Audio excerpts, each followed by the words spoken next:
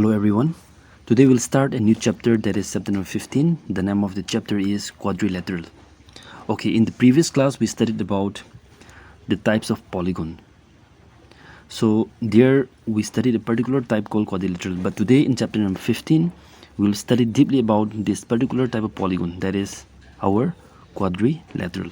Okay, so what we understand here is, in case of the quadrilateral, it will be bounded by the 4 line segments. Okay, we'll see one example now. You have seen here one quadrilateral, so let's give the name. I'll give here A, I'll give here B, I'll give here C, and I'll give here D. Okay, now we'll study about the parts of the quadrilateral. So I'll just write here parts. Okay, number 1, let's see the side. What are the sides? The sides are AB, BC, CD, and DA. These are the sides. Okay, next, second, let me write about vertices. So what are the vertices here? It is just revision only. Here we have here A, then next B, then C, and D. These are the vertices. Okay, next let me write about the angles. So what are the angles that we have here? We have here angle A, angle B, angle C, and angle D. Okay, next, number 4, we have diagonals.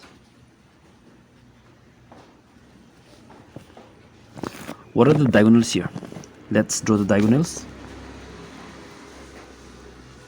AC and here BD. So I'll write here AC, and what is the next? BD. Okay, next let me write about opposite sides. Okay, let's see.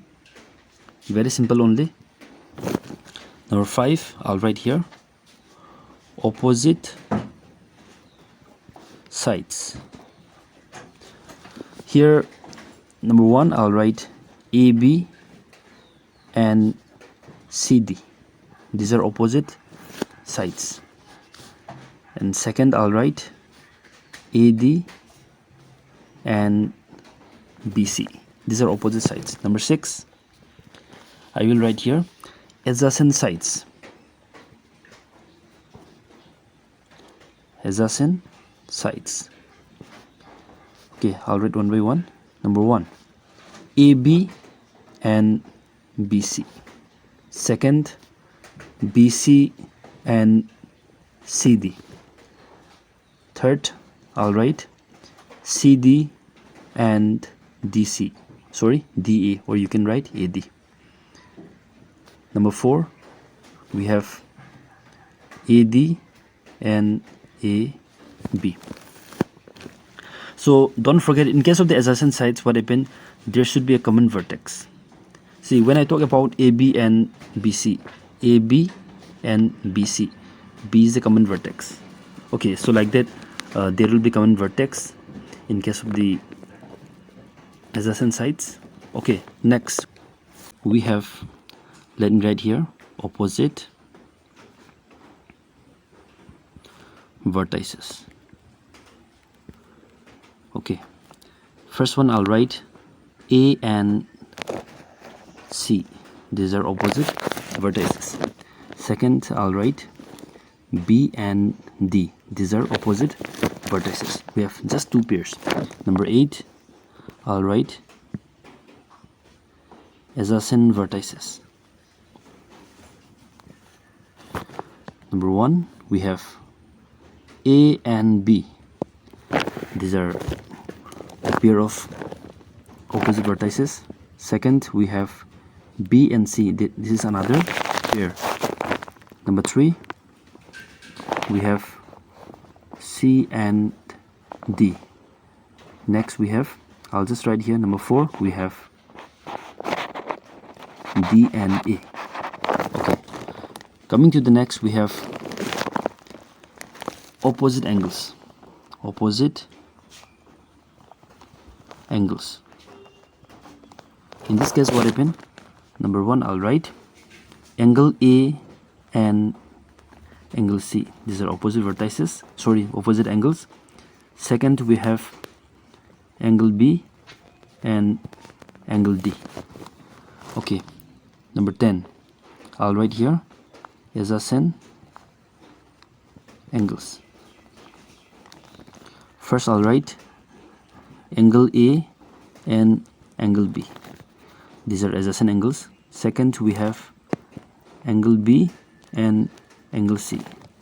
Okay.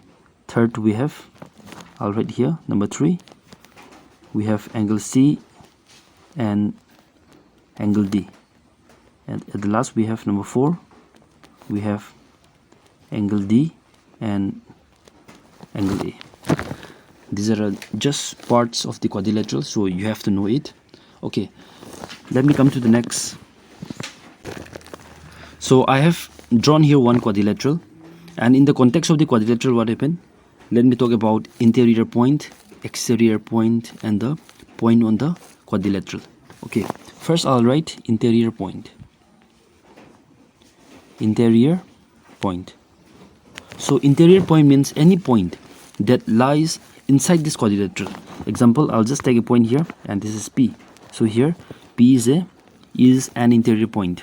Here I'll write the point P.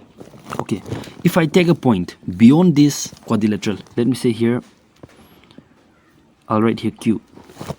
So let me write here exterior point. So exterior point means the point that lies beyond, outside the quadrilateral. Here I can give a Q. Okay, and then I'll write point on the boundary, or you can say on the quadrilateral. On the quadrilateral, or you can say point on the boundary. Okay, let me take a point that lies on the side. I have spotted here one point that lies on this side. Say, let me say this is R. This point R lies on the boundary, or you can say the point on the quadrilateral. So here the point is what? R. Just very simple thing only. Okay, next let me tell you about the two types of quadrilateral. First, I'll write here convex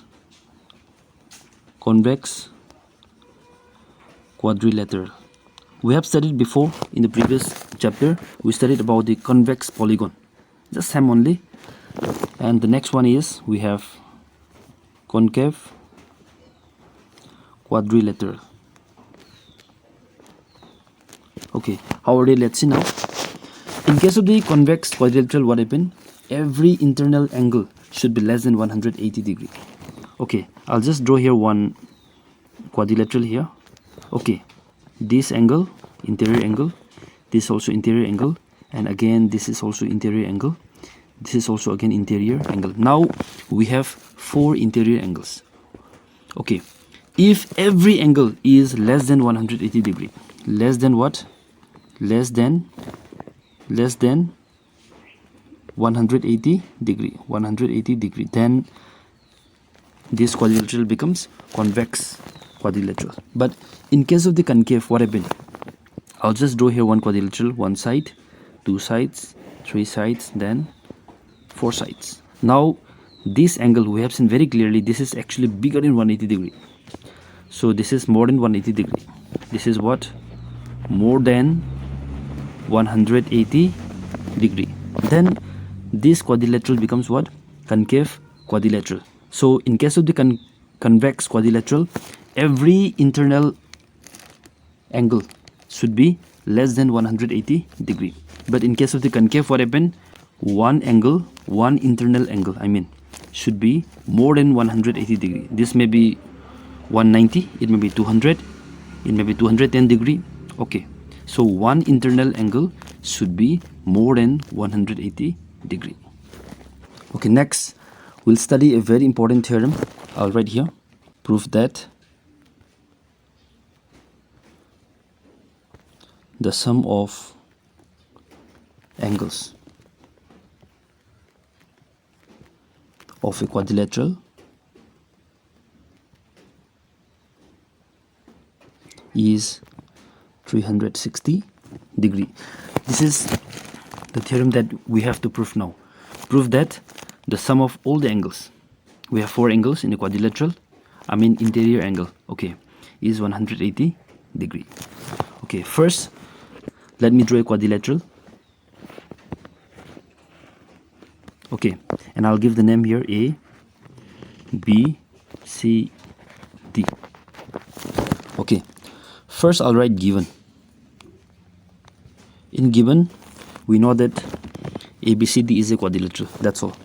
A, B, C, D is a quadrilateral. Quadrilateral. Okay, what do we have to prove? We have to prove that angle A plus angle B plus angle C plus angle D is how much? 360 degree. Okay, next I need construction. Now let's draw the diagonal, at least one diagonal. I'll do in this way. I'll join B and D. So you can say join BD. Okay, so after joining this BD, what happened? We have seen here some more angles again. This one I'll write here angle 1, and this I'll put here angle 2, and here I'll say angle 3, and here I'll say angle 4. Okay, now we'll start the proof. I'll write here proof. So before we start the proof, let's remind that the sum of the angles of a triangle is 180 degree. We know that this is a triangle. We have here 3 interior angles. If we add all these 3 interior angles, we're supposed to get how much? 180 degree. This is something that we are going to use in the proof. Okay, first I'll take triangle ABD. I'll write here in triangle ABD. What happened? Angle A. Angle A means this angle. Next angle 1. Next angle 3. We are going to add them. So angle plus angle 1 plus angle 3. What happened? We are supposed to get 180 degree. So what we know here? We know that the sum of all the 3 angles of a triangle is 180 degree. Okay, that is what we call angle sum property. So I'll just write here angle sum property of triangle. Okay, and here I'll give equation 1. Next I'll take another triangle. What is that? I'll write here in triangle BCD. BCD. What happened here? We know that angle 2 plus angle C plus angle 4. This is also again 180 degree. The same reason you have to give here. This also again angle sum property. Okay, this is what you have to give. And here we'll give second equation, equation number 2. Below this we are going to add the first equation and the second equation. Now let us add the equation number 1 and the equation number 2. So I'll write here on adding equation 1 and equation 2 we get. Okay, so when we add the equations, don't forget left hand side will be added, and the right hand side will be added. So I'll write here angle A plus angle 1 plus angle 3. Okay, for the second equation we have angle 2, angle C, then angle 4. On the right side we have 180 degree, and I will add here plus 180 degree. Okay, now let's see now. Here angle A, fine. Now we have angle B here. What is angle B actually? Angle B consists of what? Angle 1 and angle 2. So I'll do in this way. I'll just make group angle 1 and angle 2. Next I'll make the group angle 3 and angle 4. Or I'll write angle C first, then plus angle 3 plus angle 4. This is just one group. And then 180 degree plus 180 degree, how much we'll have? We'll have here 360 degree. Okay, I'll write now here 360 degree. Okay, next what happened? I'll write here angle A plus angle 1 plus angle 2 means we have angle B here, plus angle C. What about angle 3 plus angle 4? We have angle D. Angle D. Then this is 360 degree. Then you'll write here, hence proved.